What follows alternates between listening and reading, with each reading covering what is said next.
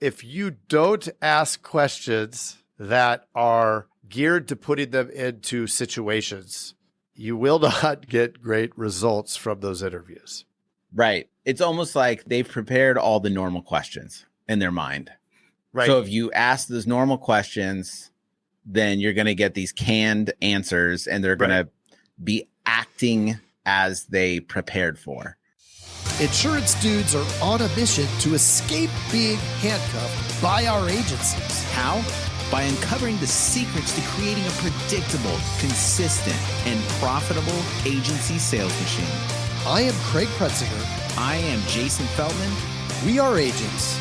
We are insurance dudes.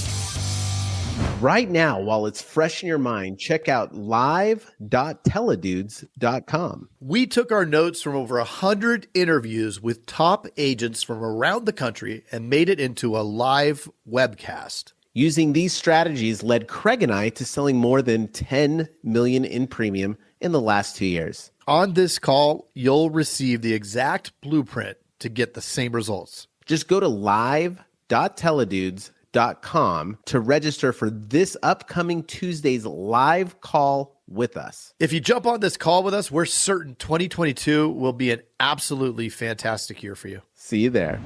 It seems like it was only yesterday that we were talking, Mr. Jason. Or perhaps even a few minutes ago. But I am very curious because you left a great cliffhanger. Did I? Yeah. So I know what we're talking about today because you told me the other day. Insurance hiring mistakes every agent needs to avoid. If you can avoid these, you're doing yourself a favor. Well, paint me curious and let's dive in, Mr. Craig. Yes. All right. The first thing, it's a double negative, right? The first thing that you need to avoid, or the first thing that you really must do, I guess, is to not be doing some sort of hiring search on a continual basis. You have to do it. Okay. So you must not.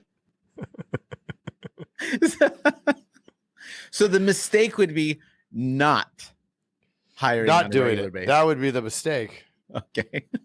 Yeah. I feel like a dog chasing my tail. Look, we could either have 6 things and do 2 of them, or we could have 3 things you must do and 3 things you have to avoid. Right. What do you want? Six of one, half dozen of the other. Avoid not doing this continually. Yep. And it doesn't even matter to what capacity, right? Yeah. We had a conversation with the elite group. And, there's a few, it's funny when you do the proactive hiring, like let's say you hire a company to do it, then maybe you're not promoting within the company because there's a bunch of agents that were having success promoting within the company. And they said they'd rather pay their employees to get somebody in. Right. Oh, right. Yeah. So there's many avenues to explore in that. And I think all of them is you just need to continually do that. Yeah. Right. Like, don't forget about one source, like put it on the list of hiring and just make sure that you're continually. Right.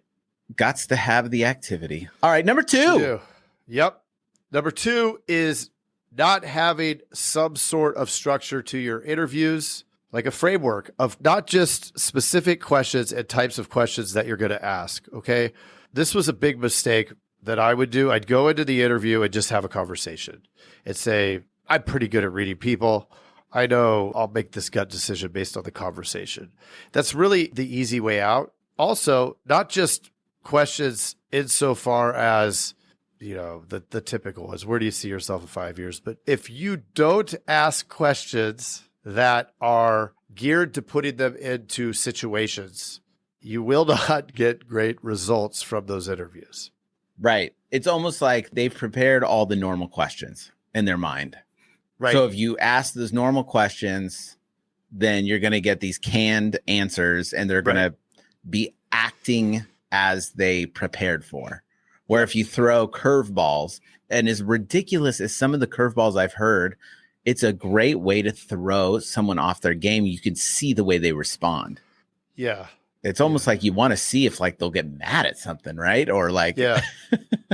Like, well, and it's the same with the rejection question, right? Like if you say, "Hey, look, I think that that you may do okay, but I don't know if you're 100% the killer that I'm looking for."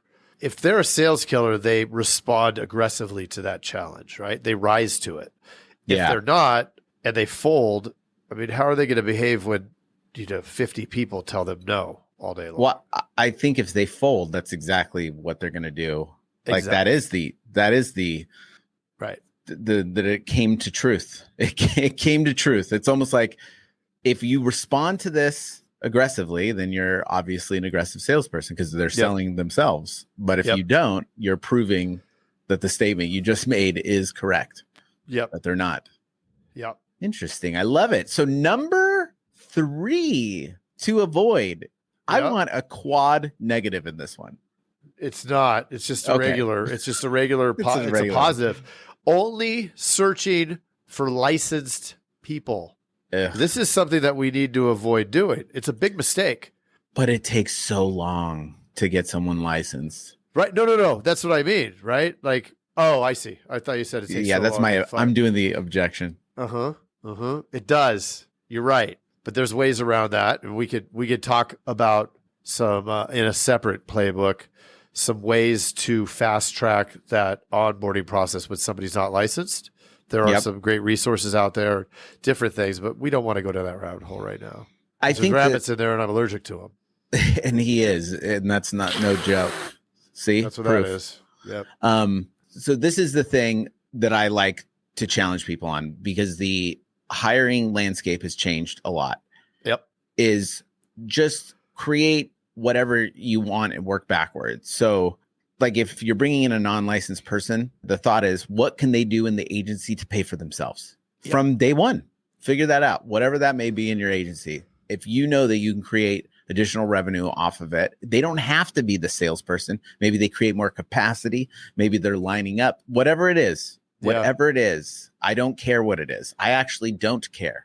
The question you ask yourself is how for 8 hours a day, do I get them to pay for every hour where it doesn't come out of, it's not an expense, right? And if you could create a stack out of it, right, where they're everything you said, and they're learning some facet of the job that they will be performing, win-win.